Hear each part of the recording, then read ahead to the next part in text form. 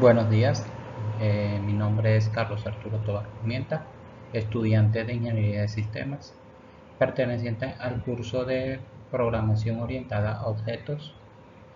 Eh, a continuación vamos a dar inicio al video solicitado en la guía en la fase 5, donde vamos a ver un resumen de todo lo que se vio durante el curso de Programación Orientada a Objetos. Eh, Presentación del curso. El código del curso de programación orientada a objetos es el 301-403. La tutora es Jessica Fortich. El grupo es 301-403-36. Estudiante Carlos Arturo Tobar Pimienta. La primera fase consiste en el análisis de requisitos. Iniciamos escogiendo el proyecto, el cual teníamos dos opciones. El que yo elegí se llama proyecto del minimercado frutas y verduras El Primo.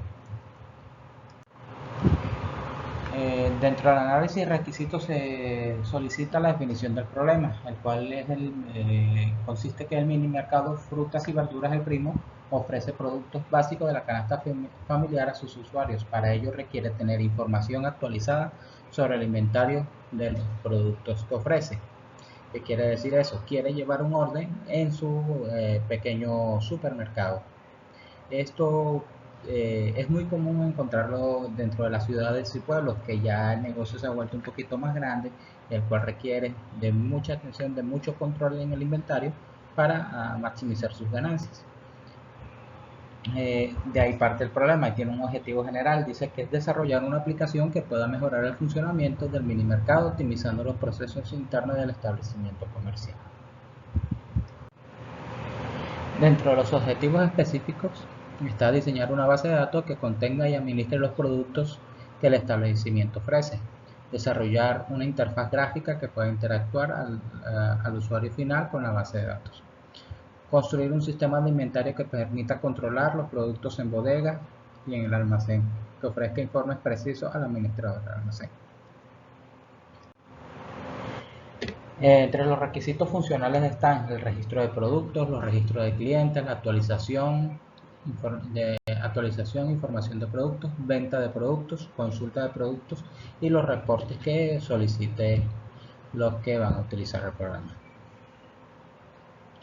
Entre los requisitos no funcionales está que el aplicativo deberá funcionar en los dispositivos que permanezcan en la organización, en este caso en el minimercado, los computadores que se utilizarán en caja o en administración.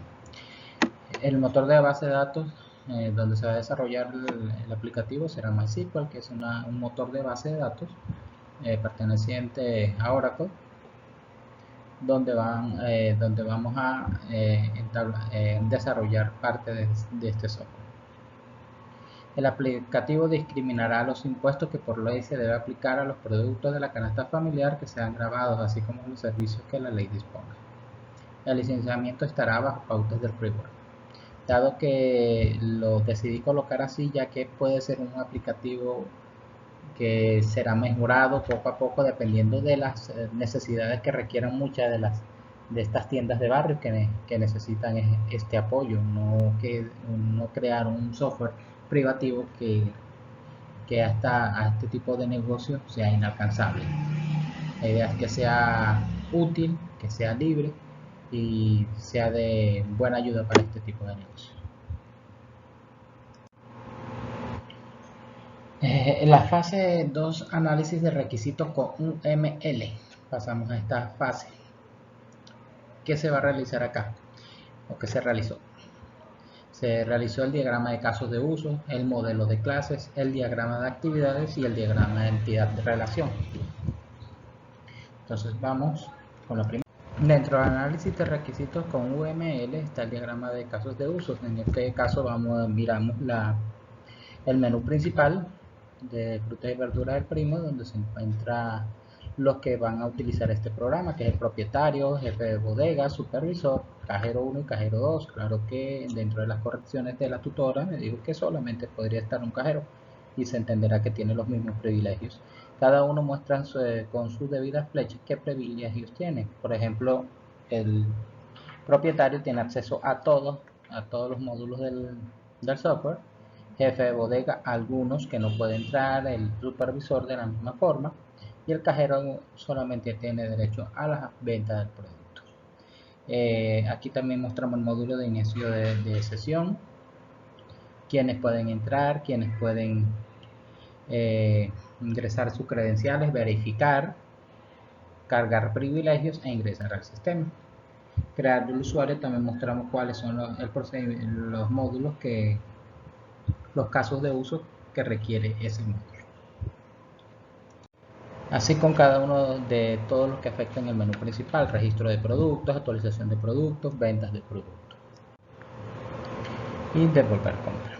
Vamos entonces al modelo de clases. De este modelo de clases mostramos prácticamente cómo queda desarrollado los formularios del programa. Como vimos en el diagrama anterior, hay un menú principal donde tiene todas las herramientas que trae el programa, todo lo que puede hacer. Pero antes de esto, mira, aquí miramos en este diagrama, hay un inicio de sesión donde se va a loguear cada uno de los que van a utilizar el aplicativo. Después que se logueen y cargue el programa, cargue los privilegios dependiendo del usuario que se cargue, aparecerá el formulario principal con sus distintas, lo que puede hacer. Entonces, de aquí se desprende del formulario principal los 4 posibles perfiles, que son propietario, jefe de bodega, supervisor y cajero. Si vamos con propietario, sabe que él tiene acceso a todo, y aquí le damos en este modelo de clase hasta qué es lo que todo lo que puede hacer el propietario. Como vemos en jefe de bodega, que está seleccionado con el color verde, puede ver reporte, consulta de productos, actualización de productos y registro de productos más 90. Si va usted al supervisor, tiene algunos privilegios, y el cajero tiene los mínimos privilegios, que es solamente vender. Entonces, con esto ya tenemos un mapa trazado para el desarrollo del software. Todo esto en estos momentos está sobre el papel y no hemos llegado a la parte de programación. El diagrama de actividades. El diagrama de actividades consiste en el diagramar el proceso con las herramientas de diagrama de flujo, qué es lo que sucede en cada uno de esos módulos. Aquí ponemos el ejemplo de inicio de sesión. Quienes utilizan eso, por ejemplo, miramos que es propietario, supervisor, jefe de bodegas y cajero. Entonces aquí miramos qué proceso ocurre cuando se loguean y cuando carga los privilegios que tiene, y al actualizar la contraseña. Cada uno de los procesos, cada módulo, eso se registra. No lo vamos a mostrar en este video porque ahí sí sería paso por paso y se nos iría el tiempo, pero sí en los trabajos se demostró cada uno de los módulos cuál es el procedimiento a seguir en este diagrama de actividades. El diagrama de entidad-relación ya son prácticamente las tablas que se van a mostrar en la base de datos. En este caso, en la fase 2, en la cual fue corregido más adelante y prontamente vamos a verlo, inicialmente me salieron 4 tablas. Supuse que según mi análisis, eran 4 tablas donde cada uno se desglosaba por lo que iba a necesitar dentro de la base de datos. Entonces era una tabla que es de clientes, una de usuarios, una de productos y una de ventas. Suponía que era hasta ahí, pero más adelante nos dimos cuenta que nos requeríamos más para cumplir todo lo que el usuario final requería. En la fase 3, interfaz gráfica en lenguaje de programación Java. En esta fase ya vamos a comenzar a aterrizar lo que es el programa, todo lo que habíamos escrito en las 2 anteriores fases. En esta fase comenzamos elaborando la base de datos. Comenzamos armando esta base de datos utilizando un programa que es MySQL Workbench, un programa que es bastante útil para hacer las relaciones entre tablas, entidad-relación. Nos las deja de una forma más fácil, más clara, y si se dan cuenta, ya de las 4 tablas que habíamos iniciado pasamos a 7 tablas. porque cada vez nos íbamos dando cuenta que iban saliendo más y más tablas y eso va afectando todo el proyecto. Entonces, al elaborar esta base de datos y al verificar las relaciones estén en correcto estado, se procede a realizar un script que será importado, será realizado, guardado en un archivo plano de texto, el cual vamos a utilizar más adelante y lo vamos a ver próximamente. Entonces, instalamos el programa que es App Server, que es un servidor que se puede descargar por internet, el cual tiene un motor de base de datos de MySQL. ¿Qué hicimos con eso? Hicimos una instalación. Después de la instalación se le da un nombre de usuario que generalmente es root y una contraseña. Al quedar correctamente instalado, se procede al inicio del programa dentro del navegador por medio del localhost. Dentro del localhost se inicia con las credenciales y procedemos a importar la base de datos en archivo plano que habíamos elaborado en Workbench, en MySQL Workbench. Entonces, ya cargado el localhost e importado la base de datos que le llamé primo, entonces queda armada de la siguiente forma. Ahí vemos que quedó bien importado, quedó cada una de las tablas para poder insertar, vaciar o eliminar, ya para poder trabajar con ellas. Después de elaborado esto, se procede a la instalación de los programas con que vamos a trabajar, o sea, el entorno gráfico de Java. ¿Qué es eso? Entonces, vamos a utilizar el programa Eclipse Neo en este caso y el kit de desarrollador Java, que le llama el JDK. Siempre nos lo nombraron como JDK y eso es lo que traduce el kit de desarrollador de Java. Se hacen las instalaciones debidas, las importaciones de librerías, se descarga también las librerías de Windows Builder para poder trabajar con ventanas dentro del entorno Java. En el programa Eclipse se manejan clases, se manejan por paquetes, un proyecto, dentro del proyecto un paquete, y dentro de esos paquetes creamos interfaces gráficas, también creamos clases, creamos librerías, como aparece aquí en el ejemplo. Entonces, aquí tenemos un ejemplo de cómo cómo se elaboró la interfaz gráfica de clientes. Es un procedimiento algo intuitivo, muy parecido a Visual Basic. En estas imágenes podemos ver cómo se trabajaron las diferentes interfaces y también la clase de conexión de Java, donde demostraremos ahorita cómo se estableció la conexión entre el Eclipse y el motor de base de datos de MySQL, que es un proceso algo complicadito.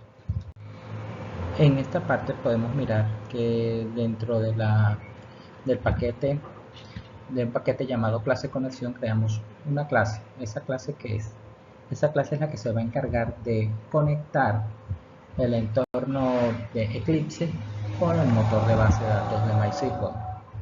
¿Cómo se hace? Con este ejemplo que coloqué acá en esta imagen nos dice cómo cada línea, cómo hacer la conexión a la base de datos. Si ustedes miran, se nombran unas variables tipo string, donde va nombrando cada uno llamando las variables como localhost, llamando unos nombres como localhost, root, QWERTY en este caso, y el primo.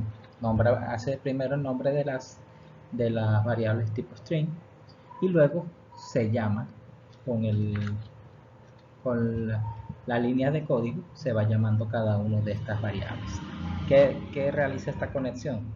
Va conectándose por el JVC, MySQL va llamando a la base de datos y llamando cada una de esas variables para poder loguearse y hacer la conexión exitosa.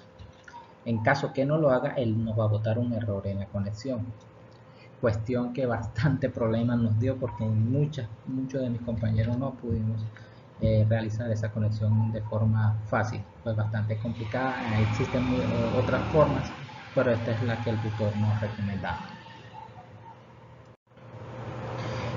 Después de la conexión de la base de datos se procede a utilizar el comando insert. ¿Qué quiere decir esto? Se utilizan unas variables para poder llenar esa base de datos. Con este código se va ingresando dependiendo de la base de datos realizada, se va llenando cada uno de esos campos que fueron realizados en el motor de base de datos. Lo va a conectar mientras que la clase conexión lo conecta, este va a llenar esos campos. En la fase 4 trabajamos lo que es la herencia y poliformismo. Nos dimos cuenta que hay unas tablas que tienen campos muy parecidos, entonces la herencia trata de decir es eso, utilizar y optimizar todas las líneas de código para que la puedan utilizar otras tablas. Sí, son esos campos que son muy parecidos, lo trabajamos en una sola tabla, pero lo podemos llamar por medio de una clase, llamarlo a otras tablas y así ahorrar líneas de código y dar más seguridad en la digitación de toda esa cantidad de códigos. Aquí mostramos que en estas tres tablas son donde se aplicó la herencia, porque tienen los campos muy parecidos. ¿En qué se aplicó? En actualizar y en crear estas tres tablas. Este fue el código que se ingresó para cada uno de ellos. Y como los campos que eran muy parecidos, estos fueron las variables que fueron utilizadas en cada una de esas tablas y se le aplicó la herencia. En este caso no trabajamos poliformismo, cuestión de tiempo como dijo el tutor, pero hasta aquí llega. Después de que es llamado la herencia, también se utiliza el llenado de la base de datos con el insert.